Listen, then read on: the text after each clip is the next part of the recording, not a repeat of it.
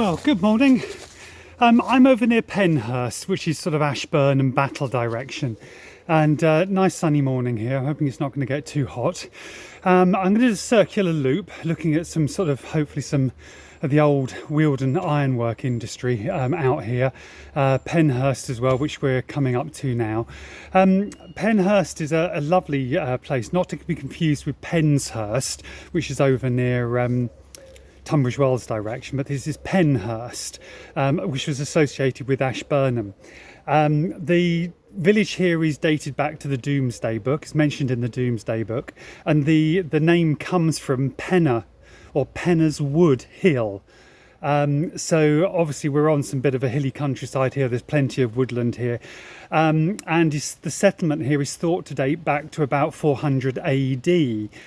There is a settlement apparently and earthworks in a woodland just east of Penhurst, which is thought to be a lost medieval village, but we're not too sure. Apparently it was sacked and the residents there moved down towards, I think it was Pevensey Castle direction, something like that.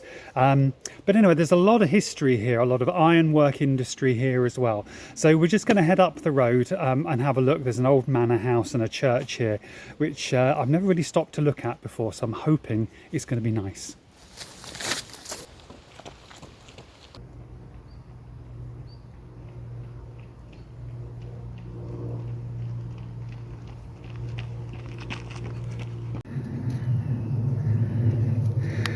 So, well, this is Penhurst Manor.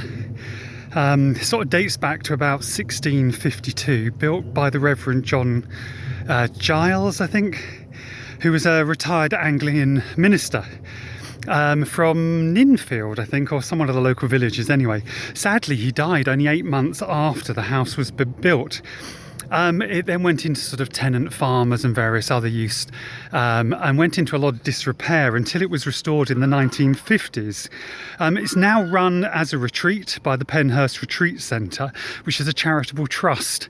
So yeah, but it's a lovely building. Apparently inside are some firebacks made from iron produced locally at some of the local forges, and I'm hoping that later on this run we'll see where one of those forges actually was located. But lovely place, lovely pond here. This is right by the junction, but yeah, very lovely place.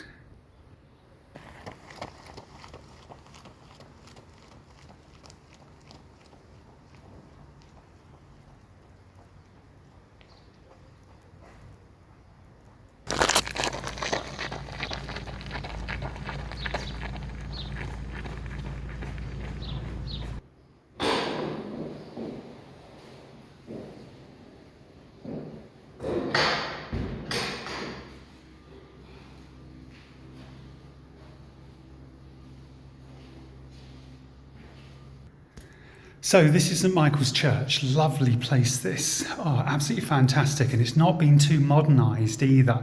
So I think this was built in 1340, something like that, and always has had close connections with Ashburnham Place and the Christian Centre over there.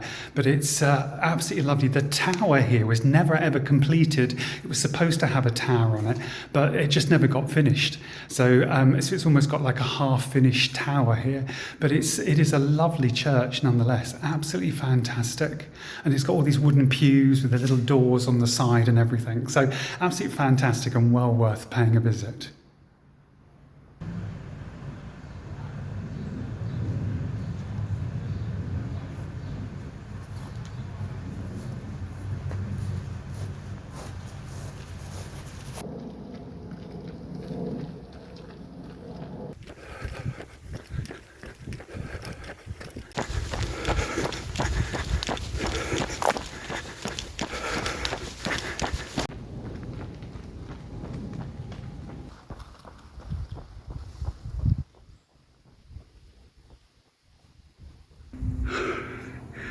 So this is absolutely stunning up here, looking over towards Battle direction. So you've got all the forests over towards the reservoir and towards Battle.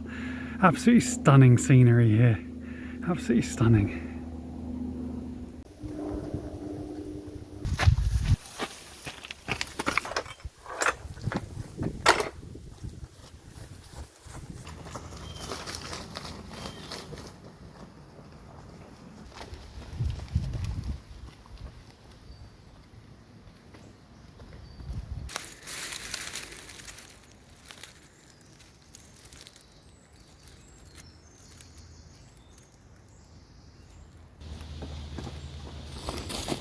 Oh dear. Well, this is a fantastic area. The woodlands, amazing woodlands around here. A mixture of evergreen and deciduous woods here. Absolutely fantastic. You would never have thought that this area was a hive of industry thousands of years ago, or hundreds of years ago, when there was a major sort of charcoal production, wood production, iron production, smelting, furnaces, you know, everything was going on in this area.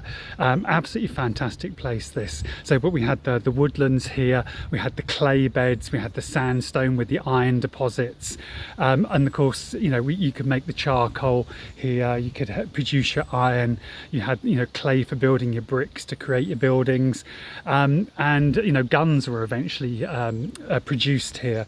So this is just an amazing area, and as you can see today, you know, woodlands are still managed here. The trees are chopped down for their wood still. So absolutely amazing area, fantastic part of the country.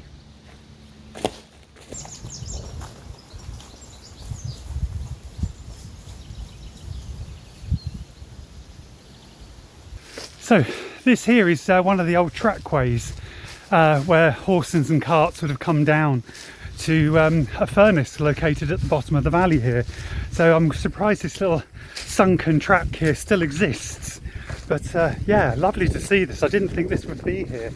But yeah, we're about 3 foot lower than the surrounding ground, where over time, you know, vehicles have come up and down through here and lowered the level of the road surface. So yeah, fantastic.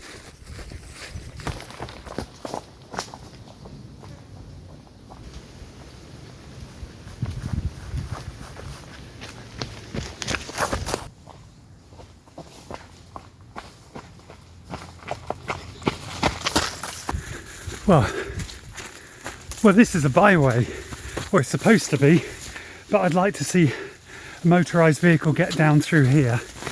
I honestly thought this was going to be a bit more open and easier to run through, but no, proving to be rather difficult in places.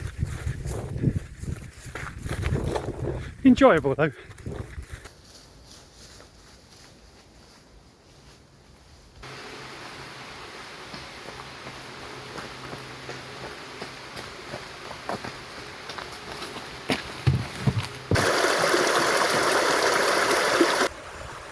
So this is the old ford where the track used to cross the stream.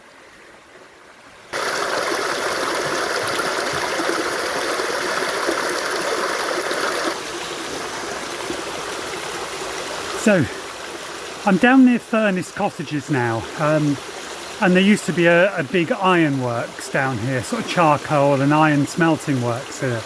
The site was first developed, I think, in the 1500s. Probably the early 1500s, and lasted through until I think it's about 1820, something like 1830, something like that, and had sort of a checkered history, falling into disuse for a short period of time. But it saw a resurgence later in life when it started to it was used to produce guns for the Royal Navy.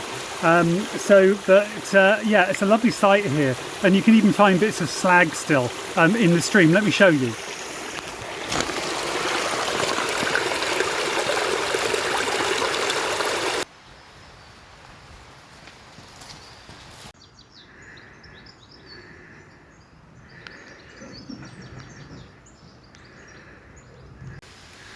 So the area behind me here, I can hear the water trickling through here, is where one of the water wheels used to be, and there's a wheel pit, or evidence of a wheel pit still in there, but it's rather overgrown and we can't really see in there today.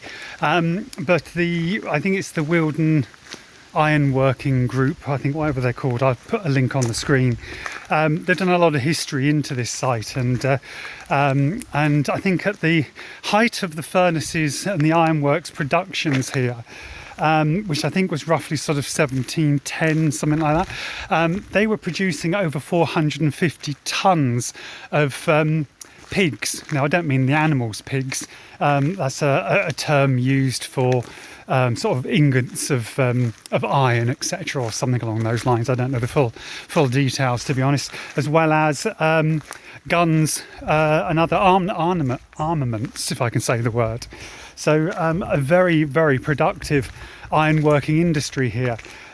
It was actually the last ironworking business here in the Weald, the very last one to actually close as well. So a sad day for the ironworking industry here in Sussex.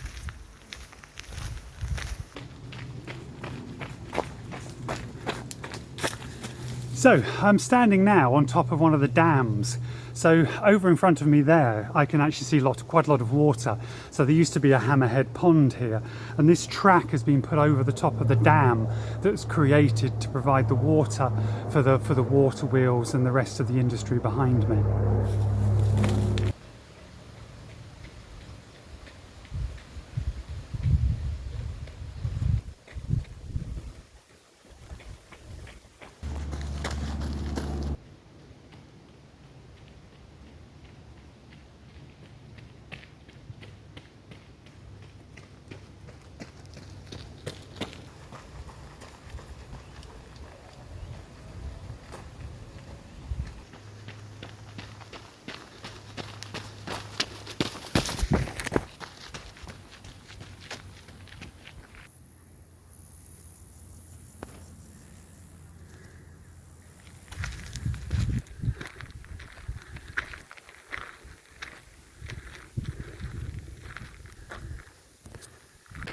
Wow, this is such a lovely meadow here.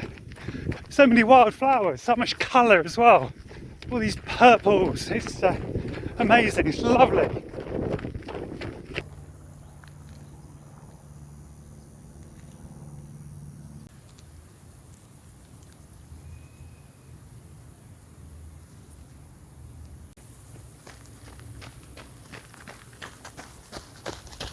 Well, I'm almost back to where I started, but not quite there yet. Just wanted to point out two more things. The first one being this area just here. This is an old quarry, sandstone quarry, and blocks of sandstone would have been taken from here to help build some of the buildings down by the furnaces.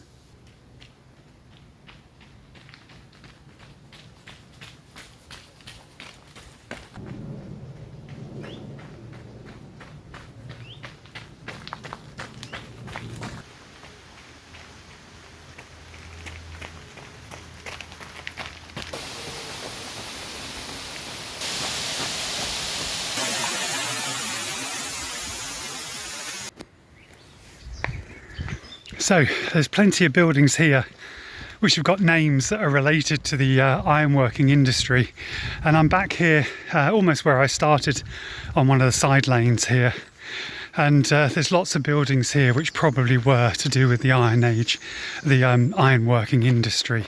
All around us they've got remnants of the old forges and workers' cottages.